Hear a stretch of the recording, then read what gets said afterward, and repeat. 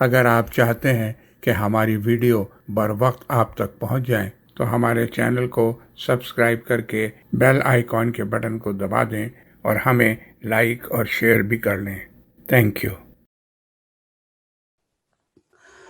الحمدللہ رب العالمین والصلاة والسلام علی محمد الامین فاعوذ باللہ من الشیطان الرجیم بسم اللہ الرحمن الرحیم۔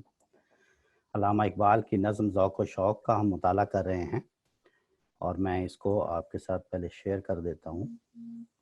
تو علامہ صاحب نے یہاں پر جو لکھا ہے وہ لکھتے ہیں لوح بھی تو قلم بھی تو تیرا وجود الکتاب گنبد یا بگین رنگ تیرے محیط میں حباب، یعنی سب کچھ تو ہے، لوح بھی تو ہے، قلم بھی تو ہے، تیرا وجود قرآن مجید کی تعبیر ہے، تیرا وجود قرآن مجید کی تصویر ہے، اور گنبد آبگینہ رنگ تیرے محیط میں حباب، گنبد آبگینہ رنگ، آبگینہ رنگ یعنی پانی کے رنگ والا، جیسے پانی ہوتا ہے نا، اس رنگ کا گنبد، یہ کس کو کہا ہے؟ اس عالم کو۔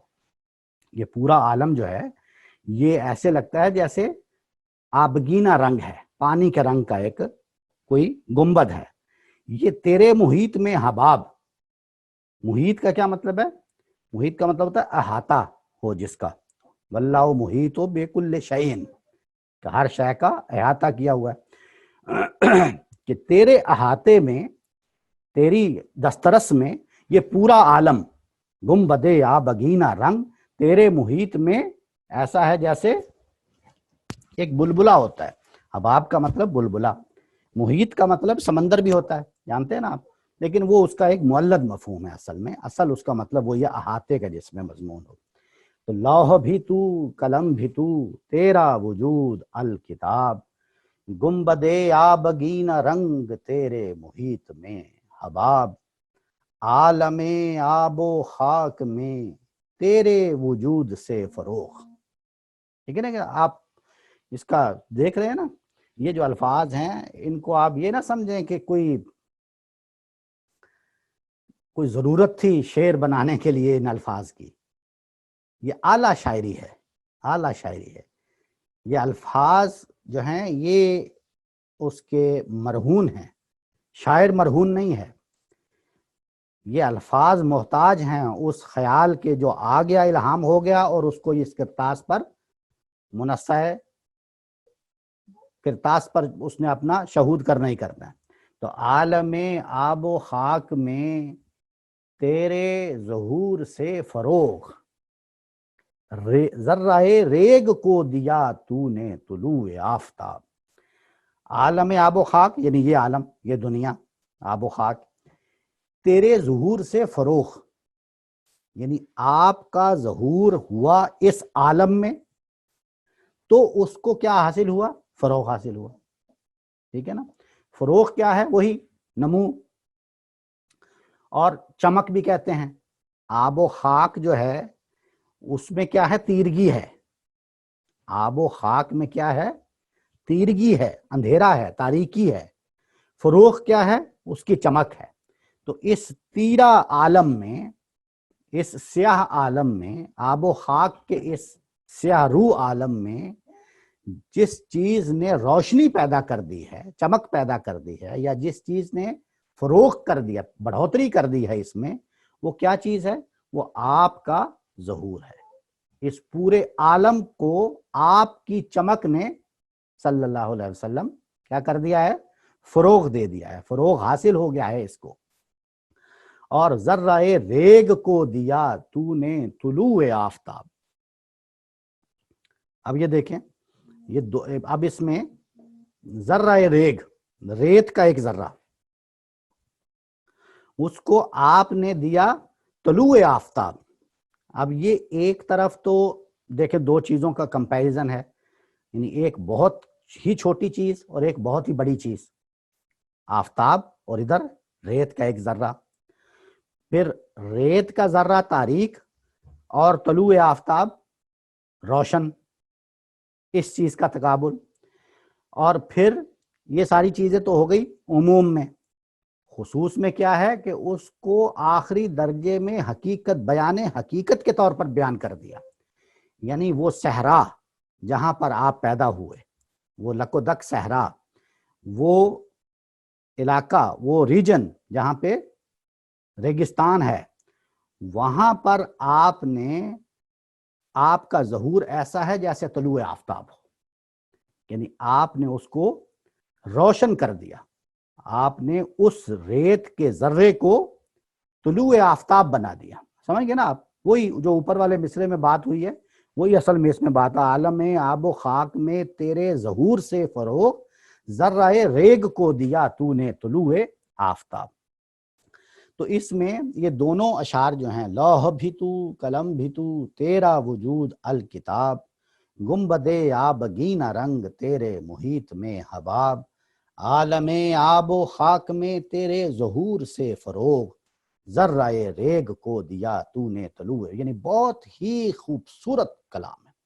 ایسا ہے کہ جیسے میں نے آپ کو ابھی مثالیں دی ہیں نا، یہ ان سے بھی کہیں بلند تر کلام ہے۔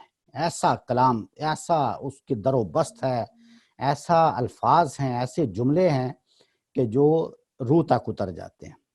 اب آگے دیکھیے، لکھتے ہیں شوکت سنجر و سلیم تیرے جلال کی نمود، فقر جنید و با یزید تیرا جمال بے نقاب۔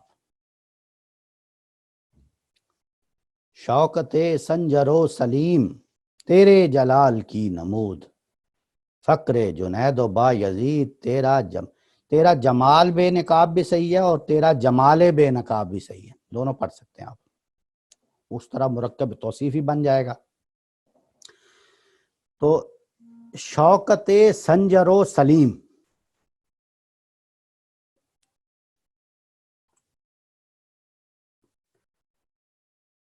سنجر اور سلیم کی شان و شوکت، سمجھ رہے ہیں آپ؟ اور ان دونوں کی شان و شوکت، سنجر کی بھی اور سلیم کی بھی شان و شوکت کو کس چیز سے تشبیہ دے رہے ہیں؟ آپ کے جلال کی نمود سے۔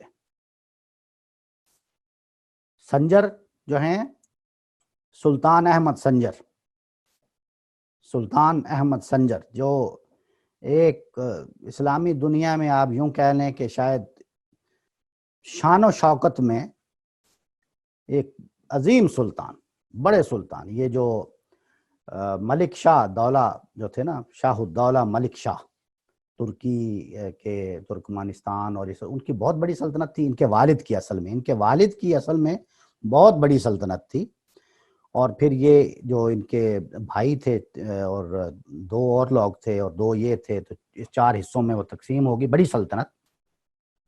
اس میں سے جو ان کے حصے میں آئی، اس میں آپ یوں سمجھیں یہ آذربائیجان اور ترکمانستان اور ماوراء النہر تک یہ سارا علاقہ تھا ان کے پاس۔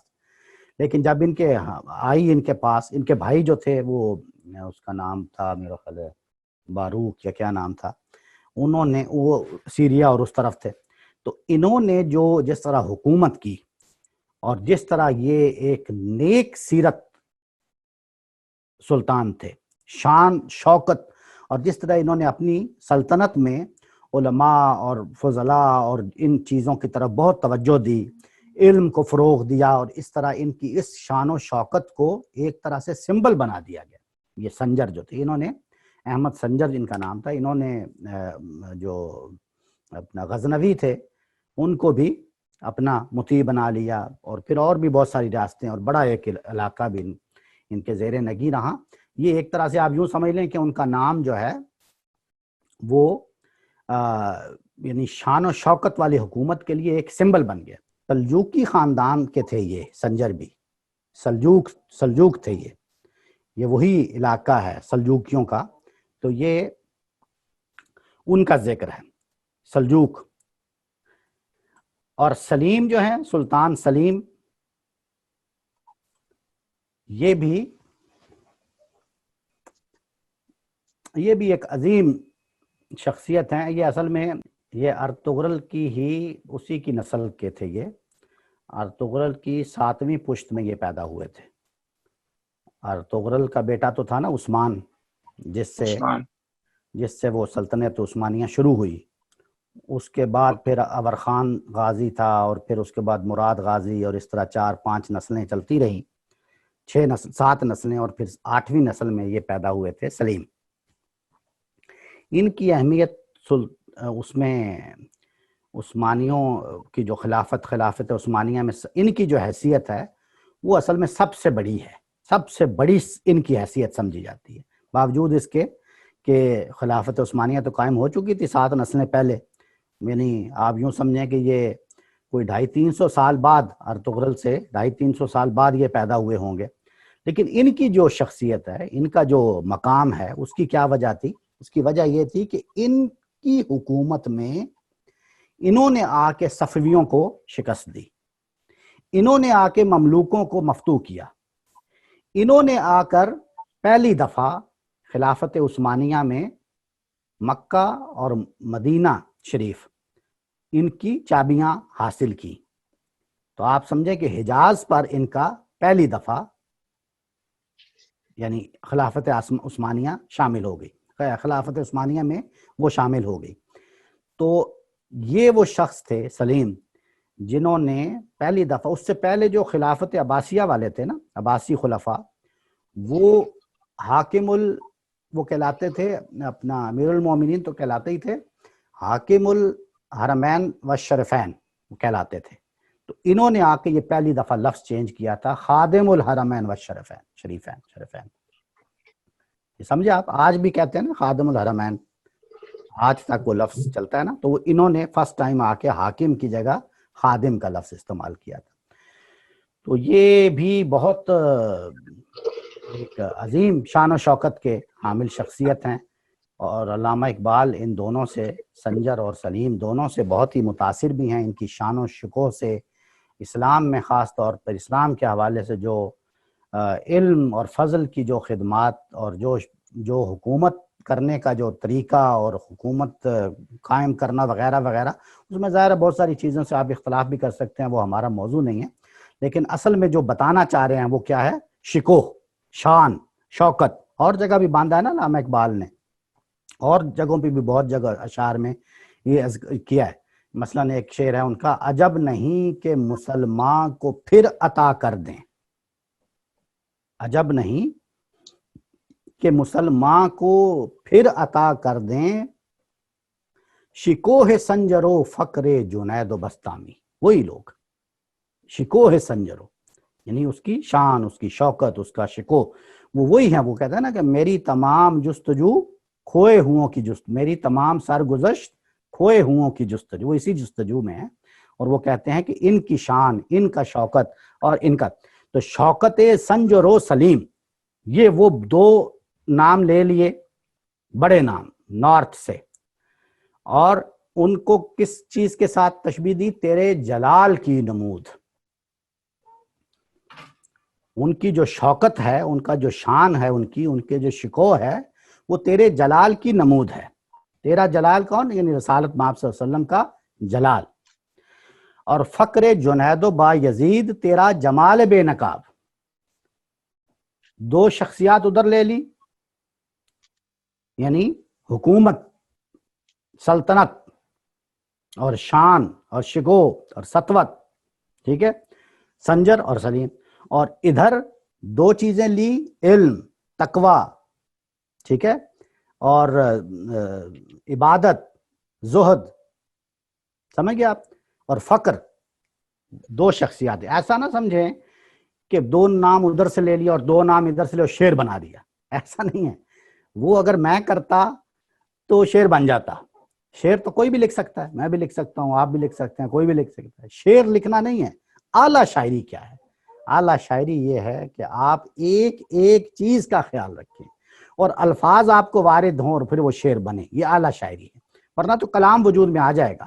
ایک بندہ کوئی الفاظ ادھر، یہی الفاظ میں استعمال کر کے ایک شعر بنا دوں، یہی الفاظ استعمال کر کے میں شعر بنا دوں گا، کلام وجود میں آ جائے گا، شاعر بھی وجود میں آ جائے. اعلیٰ شاعری کیا ہے؟ تو ایک ایک چیز کا آپ دیکھیں کہ 2 ادھر سے لے لیے شان و شوکت سلطنت سے، 2 ادھر سے لے لیے تقوی، عبادت، زہد، فقر. کیا چیز ہے؟ جنید اور با یزید. آپ جانتے ہیں جنید بغدادی یہ کوئی معمولی شخصیت نہیں ہے. جنید بغدادی جو ہیں یہ بہت ابتدا کے صوفیاء کرام، بہت ابتدا کے بزرگوں میں سے ہیں. ان کو امام الائمہ کہا جاتا ہے. امام الائمہ یعنی جتنے بھی امام ہیں ان کے امام الائمہ. اور ان کو سید الطائفہ بھی کہا جاتا ہے.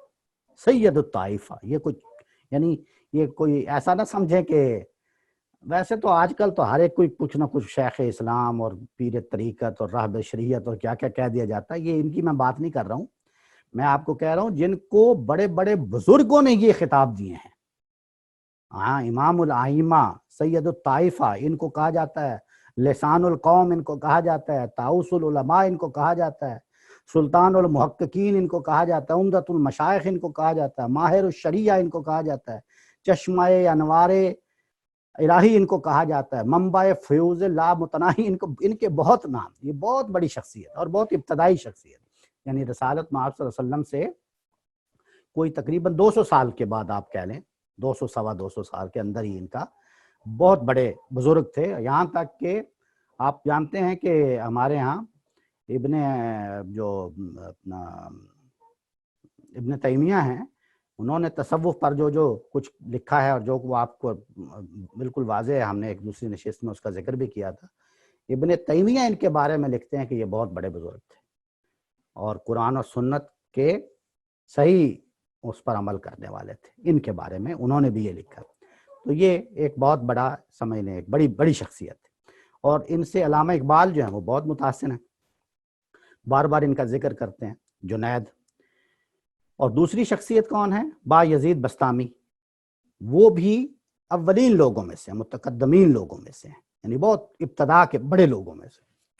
وہ بھی ایک انتہائی بڑی شخصیت ہیں. وہ بھی کوئی معمول یعنی آپ یوں سمجھیں. اب آپ ان کے بارے میں زیادہ تفصیل نہیں کروں گا کیونکہ میں نے جنید بغدادی کی بات کر دی. آپ ان کے بارے میں ایک جملہ آپ کو بتا دیتا ہوں کہ جنید بغدادی نے با یزید بسطامی کے بارے میں یہ کہا ہے،